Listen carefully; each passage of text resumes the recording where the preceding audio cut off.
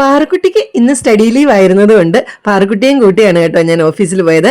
അപ്പൊ പോയിട്ട് വരുന്ന വഴി പാറുക്കുട്ടിക്ക് ഭയങ്കര ചൂടെടുത്തിട്ട് അമ്മേ കരിക്ക് വേണമെന്ന് പറഞ്ഞു. പെട്ടെന്നൊന്നും പറഞ്ഞതല്ല കേട്ടോ, പാറുക്കുട്ടി കുറേ ദിവസങ്ങളായിട്ട് എൻ്റെ അടുത്ത് പറയുന്നുണ്ട് കരിക്ക് വേണമെന്ന്. അങ്ങനത്തെ നല്ല മധുരമുള്ള കരിക്ക് നോക്കി തായോ ചേട്ടാന്ന് പറഞ്ഞിട്ട് ആ ചണ്ടയിൽ നിന്ന് നമ്മളിതേ കരിക്ക് വാങ്ങി. ഇത് നമ്മുടെ അമ്മുക്കുട്ടിക്കുള്ളതാണ് കേട്ടോ.